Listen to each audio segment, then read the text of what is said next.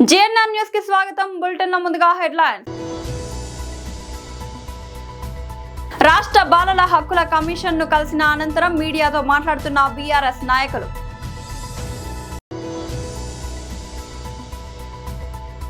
BJP రాష్ట్ర అధ్యక్షుడు శ్రీ ఎన్ రామచంద్రరావు మీడియాతో మాట్లాడుతున్నారు.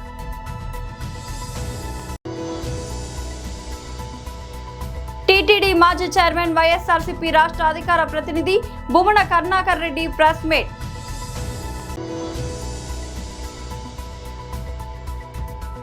విజయవాడలో ఏసీపీ సత్యానందం ఇంట్లో భారీ పేలుళ్లు. రాష్ట్ర బాలల హక్కుల కమిషన్ ను కలిసిన అనంతరం మీడియాతో మాట్లాడుతున్న బీఆర్ఎస్ నాయకులు. సంజయ్ గారు ఇవాళ వాళ్ళ కొడుకు బండి భగీరథ్ నేరం చేసిండు. ఒక అమ్మాయిని, ఒక మైనర్ బాలిక పైన అత్యాచారం చేసి నేరానికి పాల్పడినప్పుడు ఒక ఉన్నతమైనటువంటి ఒక హోంశాఖ మంత్రిగా ఉన్నటువంటి బండి సంజయ్ గారు ఆ నేరానికి పాల్పడ్డ కొడుకుని తక్షణమే ఇవాళ పోలీసులకు అప్పచెప్పాలి. నీతిమంతుడైతే, నిజాయితీమంతుడంటే ఆయన చాలా గొప్పలు చెప్తాడు.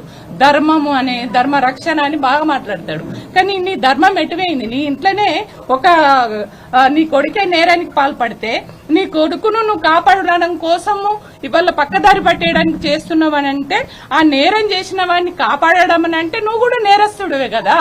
అందుకని నేనేమంటున్నంటే ఇవాళ మొట్టమొదటి ముద్దాయి బండి సంజయ్ కుమార్ అని నేను అంటున్నాను.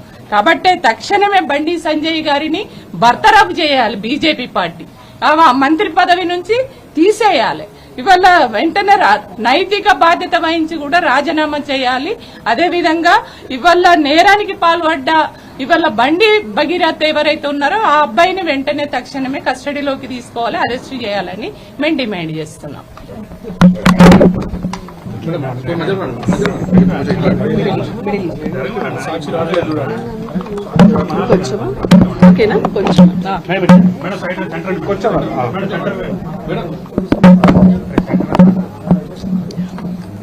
ఈరోజు మేమందరం కలిసి ఇక్కడ చైర్మన్ గారిని కలిసాము, సీతా దయాకర్ రెడ్డి గారు.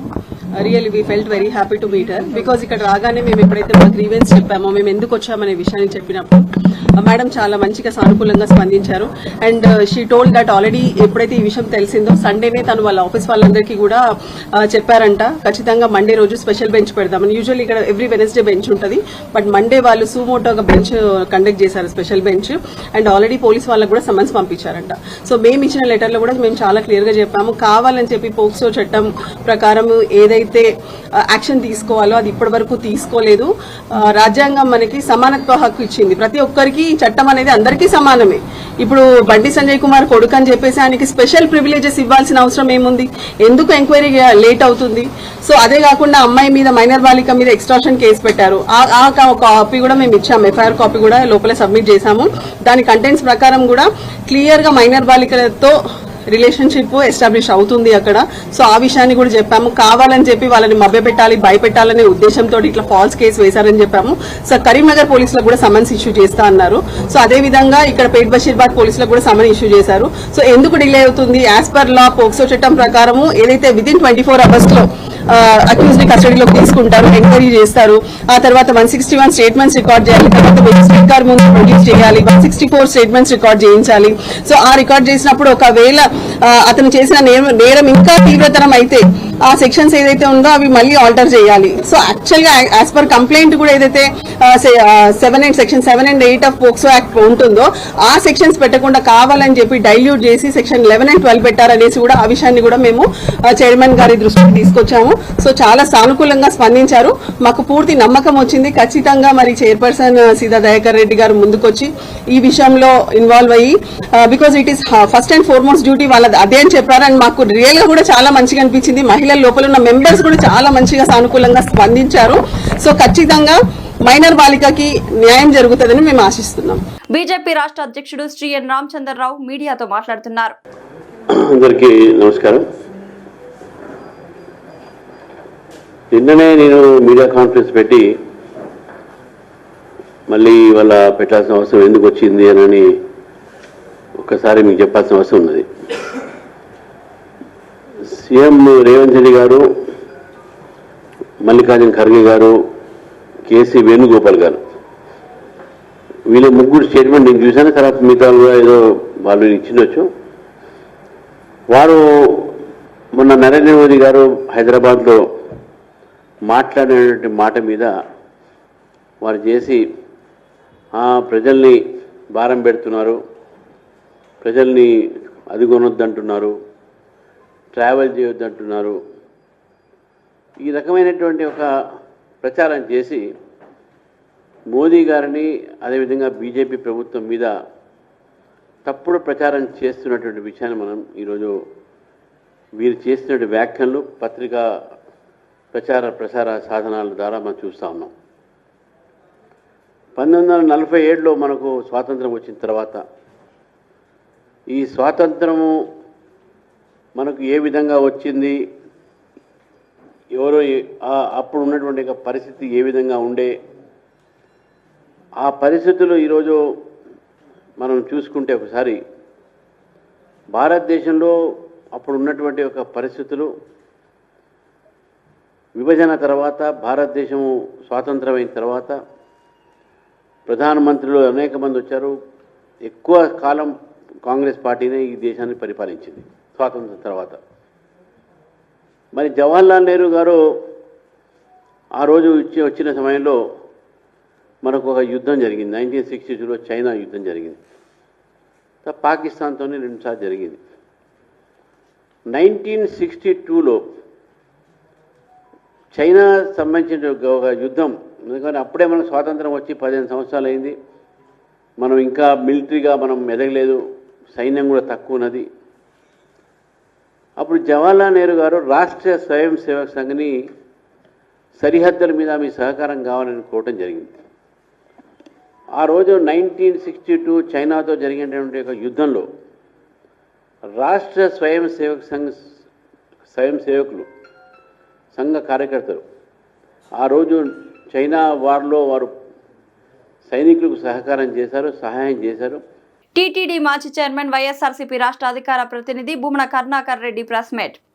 విశ్వవ్యాప్తం చేయటంలో భాగంగా హరినామ సంకీర్తన ప్రతి గ్రామంలోనూ ప్రతిధ్వనించాలా అన్నటువంటి ఒక మహత్తర ఆశయంతో, బృహత్ సంకల్పంతో జగన్మోహన్ రెడ్డి గారు శ్రీ వెంకటేశ్వర ఆలయ నిర్మాణ ట్రస్ట్, శ్రీవాణి ట్రస్ట్ పేరుతో ఒక హైందవ యజ్ఞాన్ని ప్రారంభిస్తే,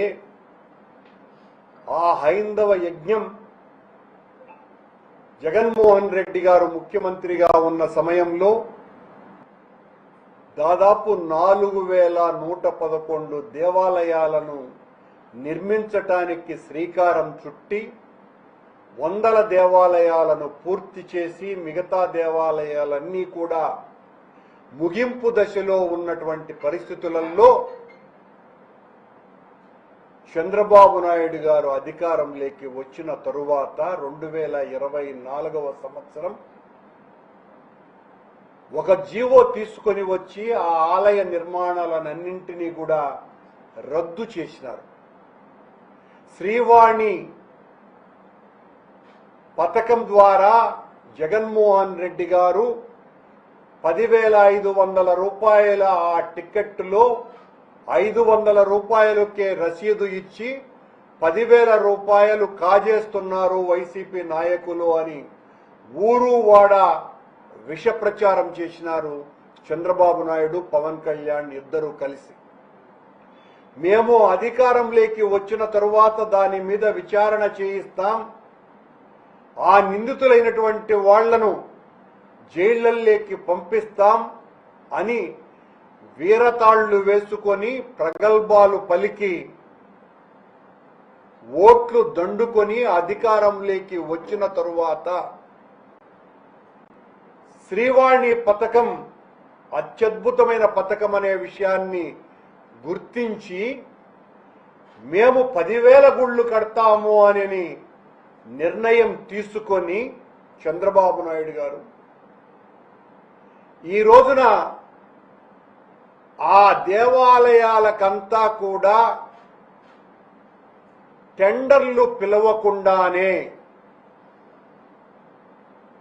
టెండర్లు అన్నది పిలవకుండానే తెలుగుదేశం పార్టీకి సంబంధించిన నాయకుల జోబులు నింపటానికి, దోచుకోవటానికి చివరకు వెంకటేశ్వర స్వామిని కూడా ఒక పావుగా, ఒక ఆయుధంగా, ఒక వనరుగా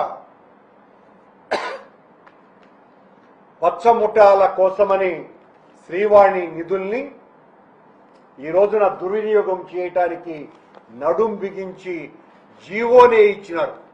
విజయవాడ నగరంలోని పటమట లంక ప్రాంతంలో ఉన్న ఓ అపార్ట్మెంట్ లో భారీ ప్రమాదం చోటు చేసుకుంది. పోలీసు ఉన్నతాధికారి ఏసీపీ సత్యానంద నివాసంలో మొదట ఏసీ కంప్రెషర్, ఆ తర్వాత గ్యాస్ సిలిండర్ పెళ్లడంతో స్థానికంగా కలకలం రేగింది. ప్రమాద సమయంలో ఇంట్లో ఎవరు లేకపోవడంతో పెను ప్రాణ నష్టం తప్పింది. అయితే పేలుడు దాటికి ఎగిరి వచ్చిన రాయి తగిలి ఓ వ్యక్తి తీవ్రంగా గాయపడ్డారు. వివరాల్లోకి వెళ్తే ఏసీపీ సత్యానందన్ తన కుటుంబంతో కలిసి ఈ నెల 7న విదేశీ పర్యటనకు వెళ్లారు. దీంతో వారి ఫ్లాట్ మూసి ఉంది. ఈ క్రమంలో మంగళవారం నాడు మధ్యాహ్నం ఒక్కసారిగా ఏసీ కంప్రెషర్ నుంచి భారీ శబ్దంతో పేలుడు సంభవించింది. ఆ తీవ్రతకు సమీపంలో ఉన్న గ్యాస్ సిలిండర్ సైతం పేలిపోయింది. ఈ వరుస పేలుళ్లతో అపార్ట్మెంట్లోని కిటికీల అద్దాలు ధ్వంసమయ్యాయి. ఈ ఘటనలో పేలుడు శిథిలాల నుంచి ఓ రాయి బయట ఉన్న ఓ వ్యక్తికి బలంగా తగలడంతో ఆయన తీవ్రంగా గాయపడ్డారు. స్థానికులు వెంటనే అతడిని సమీపంలోని ఆసుపత్రికి తరలించారు. పెద్ద శబ్దాలు విని భయాందోళనకు గురైన అపార్ట్మెంట్ వాసులు ఇళ్ల నుంచి బయటకు పరుగులు తీశారు. సమాచారం అందుకున్న పోలీసులు, అగ్నిమాపక సిబ్బంది ఘటనా స్థలానికి చేరుకుని పరిస్థితిని సమీక్షించారు. ఏసీ కంప్రెషర్లో సాంకేతిక లోపం కారణంగానే ఈ ప్రమాదం జరిగి ఉండవచ్చని ప్రాథమికంగా భావిస్తున్నారు. ఈ ఘటనపై పోలీసులు దర్యాప్తు చేస్తున్నారు. గ్రేటర్ హైదరాబాద్ పరిధిలో ఈ నెల 16వ తేదీ నుంచి సెంట్రింగ్ పనులన్నింటినీ నిలిపివేస్తున్నట్లు greater Hyderabad centring contractors association ప్రకటించింది. మంగళవారం మీర్పేట్ అసోసియేషన్ ఉపాధ్యక్షులు, మీర్పేట్ జోన్ అధ్యక్షులు నవారు శ్రీనివాస్ రెడ్డి ఆధ్వర్యంలో నిర్వహించిన కీలక సమావేశంలో ఈ నిర్ణయం తీసుకున్నారు. ఈ సందర్భంగా శ్రీనివాస్ రెడ్డి మాట్లాడుతూ భవన నిర్మాణ రంగంలో అత్యంత కఠినమైన పనిచేస్తున్న సెంట్రింగ్ కార్మికుల సంక్షేమాన్ని ప్రభుత్వం యాజమానులు విస్మరిస్తున్నారని ఆవేదన వ్యక్తం చేశారు. ప్రస్తుతం ఉన్న చదరపు అడుగు ధర 46 రూపాయలు పెరిగిన ఖర్చులకు ఏమాత్రం సరిపోవడం లేదని, దీనిని తక్షణమే 51 రూపాయలకు పెంచాలని డిమాండ్ చేశారు. ప్రమాదవశాత్తు మరణించిన కార్మికుల కుటుంబాలకు అందజేసే పరిహారాన్ని 10 లక్షల నుండి 20 లక్షలకు పెంచాలని, సైట్ల వద్ద జరుగుతున్న సెంట్రింగ్ మెటీరియల్ దొంగతనాలను అరికట్టాలి. స్క్రాప్ దుకాణాల్లో రైల్వే సామాగ్రిని ఏ విధంగానైతే కొనుగోలు చేయరో సెంట్రింగ్ మెటీరియల్ ని కూడా అలాగే కొనకుండా పోలీసులు కట్టుదిట్టం చేయాలి. ఈ కార్యక్రమంలో అసోసియేషన్ ప్రధాన కార్యదర్శి వెంకటరెడ్డి, కోశాధికారి రవీందర్, సంయుక్త కార్యదర్శి ఆశిరెడ్డి, కేంద్ర కార్యవర్గ సభ్యులు నర్సిరెడ్డి, ముఖ్య సలహాదారులు యాదయ్య మరియు భారీ సంఖ్యలో సభ్యులు పాల్గొన్నారు. సర్వే నెంబర్ 42లో ఐటీ కాలనీ ఇండోర్ స్టేడియం పక్కన దర్జాగా కబ్జా చేసి పక్కాగా ఇల్లు కడుతున్నారు. దీని గురించి రెవెన్యూ వాళ్ళు కానీ మున్సిపాలిటీ వారు ఎటువంటి యాక్షన్ తీసుకోకుండా నిమ్మకి నీరెత్తు వ్యవహరిస్తారు. అయితే ఇది ఎందుకు వ్యవహరిస్తున్నారో మాకు తెలియదు. అయితే ఒకరోజు పనిచేస్తారు, 2 రోజులు ఆపుతున్నారు. ఇది పెద్దలాస్తం ఉందా అని అనుమానం కలుగుతుంది. అదే కాకుండా పక్కన కూడా వరుస ఇల్లు తయారైపోతుంది. దర్జాగా సొంత స్థలంలో కట్టుకున్నట్టుగా ఈవేళ ప్రభుత్వ భూమిని ఆక్రమించుకొని ఈవేళ కడుతుంటే ఈ రెవెన్యూ వాళ్ళు ఏం చేస్తున్నారు? వీళ్ళకి ముడుపులు అందాయా అనుమానం కలుగుతుంది. కాబట్టి తక్షణం ఇది ఆగిపోతే పెద్ద ఎత్తున ఉద్యమ చేయవలసి వస్తుందని హెచ్చరిస్తున్నాం. ఈవేళ బొబ్బిల్లో పేదవాడికి సెంటు స్థలం ఇవ్వకుంటున్నారు. అటువంటిది ఈవేళ పబ్లిక్ స్థలాల్ని ఇష్టానుసారంగా వాడుకుంటే ఈ రెవెన్యూ వాళ్ళు కానీ మున్సిపాలిటీ వాళ్ళు కానీ ఏం నిద్రపోతున్నారా? కాబట్టి తక్షణ చర్యలు తీసుకొని వెంటనే స్వాధీనం చేసుకొని వాటికి అక్కడ హెచ్చరిక బోర్డులు పెట్టి మామూలు యథాస్థానాన్ని కొనసాగించాలని డిమాండ్ చేస్తున్నాడు. బొబ్బిలిపట్నం ఐటీఐ కాలనీలో గొల్లపల్లి రెవెన్యూ పరిధిలో survey number 42 indoor stadium road మార్గాన్ని ఆక్రమించుకొని దర్జాగా ఇంటి నిర్మాణం చేపడుతున్నారని రైతు సంఘ నాయకులు వేమిరెడ్డి లక్ష్మం నాయుడు, విద్యార్థి జేఏసీ నాయకుడు సాయి కిరణ్ యాదవ్ ఆరోపించారు. ఈ విషయమై ప్రజా సంఘ నాయకులు మున్సిపల్ కమిషనర్ రామలక్ష్మి, తహసీల్దార్ ఎం శ్రీనుకు తెలియపరిచినప్పటికీ పట్టించుకోవడం లేదని అన్నారు. వారు మాట్లాడుతూ బొబ్బిలి ఇందిరమ్మ కాలనీ, ఐటీఐ కాలనీలో లక్షలాది రూపాయల విలువ చేసినటువంటి ప్రభుత్వ స్థలాలను కొంతమంది ఆక్రమణదారులు అధికార పార్టీ నాయకుల పేర్లు చెప్పుకొని దర్జాగా కబ్జాలకు పాల్పడుతున్నారని తెలిపారు. బొబ్బిలిలో ప్రభుత్వ జూనియర్ కళాశాల కోసం ఎన్నోసార్లు నాయకులను ప్రభుత్వాలను అడిగినప్పటికీ ప్రభుత్వ స్థలం లేదని అన్నారు. మరి ప్రభుత్వ స్థలాలు అక్రమంగా ఆక్రమించుకోవడానికి మాత్రం ప్రభుత్వ స్థలాలు ఉన్నాయా? వారికి నాయకులు, అధికారులు కొమ్ము కాస్తున్నారని తెలిపారు. తక్షణమే ప్రభుత్వ స్థలాలను అక్రమంగా ఆక్రమించి వ్యాపారం చేస్తున్న వారిపై చట్టపరమైన చర్యలు తీసుకోవాలని డిమాండ్ చేశారు. ఈ భవన నిర్మాణ రంగం అనేది చాలా గొప్ప నిర్మాణ రంగం. అందులో సెంట్రింగ్ వ్యవస్థ చాలా కీలకం. ఈరోజు సెంట్రింగ్ వ్యవస్థ రేట్ల విషయంలోనైనా కార్మిక రంగంలోనైనా ఒక రేట్లు అడుగంటిపోతున్న తరుణంలో సెంట్రింగ్ కాంట్రాక్టర్లు తన యొక్క సామాన్లను వస్తువులను స్క్రాప్లకు అమ్ముకొని ఒక ఆటో డ్రైవర్లుగా తాను కట్టుకున్నటువంటి బిల్డింగ్కు వాచ్మెన్గా ఒక ఆధారం లేక నిరాధారణకు గురై ఈ యొక్క సెంట్రింగ్ లో నష్టాల పాలవుతున్నాడు. దీన్ని గుర్తించి greater Hyderabad centring contractor association central committee ఈ వ్యవస్థను బలోపేతం చేయాలి. ఈ సెంట్రింగ్ కాంట్రాక్టర్ అనేవాడు నష్టాల్లో కూరుకుపోకుండా ఈ వ్యవస్థను కాపాడాలి. నిరాధారణకు గురవుతున్నటువంటి భవన నిర్మాణ రంగంలో సెంట్రింగ్ నిర్వీర్యం అయిపోతుంది కనుక దీన్ని ఎట్టి పరిస్థితుల్లో తాను తింటూ 10 మందిని బతికిస్తున్నటువంటి ఈ నిర్మాణ రంగంలో బహుళ అంతస్తుల నిర్మాణంలో ఎన్నో అంతస్తులకు ఎక్కి పనిచేస్తున్నటువంటి కార్మికునికి రక్షణ లేదు. అలాంటి సెంట్రింగ్ వ్యవస్థను ప్రభుత్వం ప్రమాదాలకు గురైనప్పుడు లేదా ఇతరత్ర ప్రమాదాల వశాత్తు మరణిస్తే ఈ యొక్క ఆరోగ్యం పట్ల ఇన్సూరెన్స్ పట్ల ఈ కార్మిక చట్టాన్ని బలోపేతం చేసి ఈ యొక్క సెంట్రింగ్ కాంట్రాక్టర్ల దగ్గర పనిచేస్తున్నటువంటి లేబర్లు అకాల మృత్యువులు ఏమైనా సంభవిస్తే ఈ యొక్క కాంట్రాక్టర్ పైన ఇక్కడ ఉన్నటువంటి పోలీస్ వ్యవస్థ ఎఫ్ఐఆర్లు బుక్ చేయడము, మామిన్నే కేసులు బుక్ చేయడము ఇలాంటి చర్యలు జరుగుతున్నాయి. దీన్ని దృష్టిలో పెట్టుకొని సెంట్రింగ్ కష్టాలు తీరాలని సెంట్రల్ కమిటీ ఈ యొక్క వ్యవస్థను మార్పు తేవాలని పోలీస్ వారిని కోరడం ఏమైందంటే ప్రమాదవశాత్తు జరిగితే గవర్నమెంట్ ద్వారా వచ్చే స్కీమ్లను ఈ యొక్క లేబర్కు కార్మికులకు రావాలి. ఇందులో సెంట్రింగ్ కాంట్రాక్టర్లను ఏమాత్రం ఇన్వాల్వ్ చేయకుండా ఎఫ్ఐఆర్ ఆధారంగా అసంఘటిత కార్మిక చట్టాన్ని రాష్ట్ర ప్రభుత్వం తెలంగాణ రాష్ట్ర ప్రభుత్వం సరళీకృతం చేసి ఈ యొక్క మాకు చేదోడు వాదోడుగా ఇంకా మరిన్ని ఫలాలు అందించే ఈ యొక్క కార్మిక వ్యవస్థను మార్చాలని కోరడం జరిగింది. ఈరోజు సెంట్రింగ్ వ్యవస్థ ఎలా అయిపోయిందంటే మేము అన్ని ఒక భవన నిర్మాణానికి కావాల్సినటువంటి 36 మంది వృత్తులలో సెంట్రింగ్ వ్యవస్థ చాలా గొప్పది. ఎందుకంటే మేము ఖాళీ పనిముట్లు తీసుకొని పనిపోవడం లేదు, పెట్టుబడి పెట్టి సెంట్రింగ్ వస్తువులను కొనుగోలు చేసి ముడి సరుకులను సమకూర్చుకొని మూలలు కట్టెలు సామాగ్రి అన్ని కొనుగోలు చేసి ఒక బిల్డింగ్ పెట్టుబడి పెట్టి పనిచేస్తున్నాం. ఈరోజు దినదిన అభివృద్ధి చెందాల్సిపోయి దినదిన మా యొక్క రేట్లు అదం పాతాల లోకానికి తొక్కబడినాయి. ఈరోజు సెంట్రింగ్ అమ్ముకొని ఒక కార్మికునిగా అడ్డ కూలీగా ఆటో డ్రైవర్గా బతకవలసిన అవసరం వచ్చింది.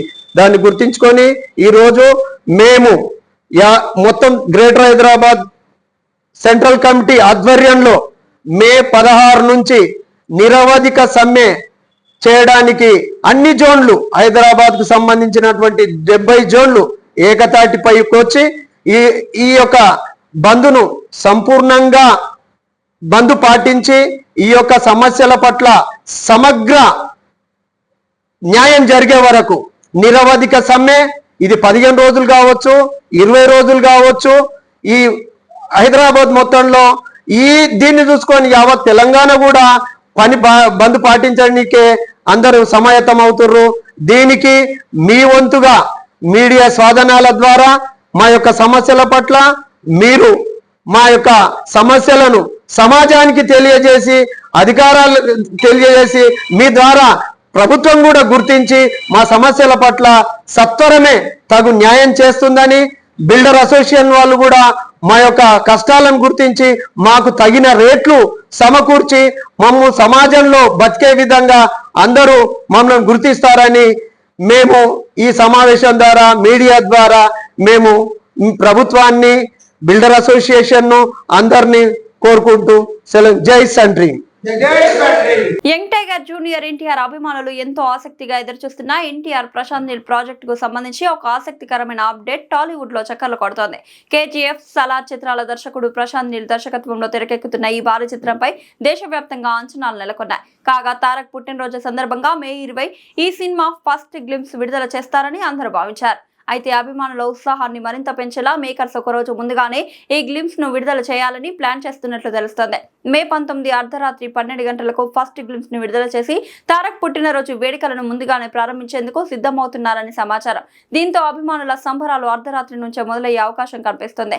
మైత్రి మూవీ మేకర్స్, ఎన్టీఆర్ ఆర్ట్స్ సంయుక్తంగా నిర్మిస్తున్న ఈ పాన్ ఇండియా చిత్రం RRR తర్వాత తారక్ చేస్తున్న సోలో ప్రాజెక్టు కావడంతో దీనిపై భారీ హైప్ నెలకొని ఉంది. ఈ చిత్రాన్ని 2027 జూన్ 11న ప్రపంచవ్యాప్తంగా విడుదల చేసేందుకు సన్నాహాలు చేస్తున్నట్లు కూడా వార్తలు వస్తున్నాయి. Prashanth Neel mark action elevations తో తారక్ ను ఎలా చూపిస్తారోనని సినీ ప్రియులు ఉత్కంఠగా ఎదురుచూస్తున్నారు. బులెటిన్ ముగించే ముందు హెడ్లైన్స్ మరోసారి. రాష్ట్ర బాలల హక్కుల కమిషన్ ను కలిసిన అనంతరం మీడియాతో మాట్లాడుతున్న బీఆర్ఎస్ నాయకులు.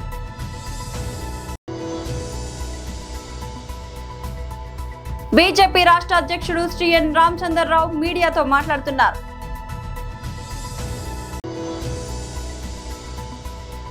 టీటీడీ మాజీ చైర్మన్ వైఎస్ఆర్సీపీ రాష్ట్ర అధికార ప్రతినిధి బుమన కరుణాకర్ రెడ్డి ప్రెస్ మీట్.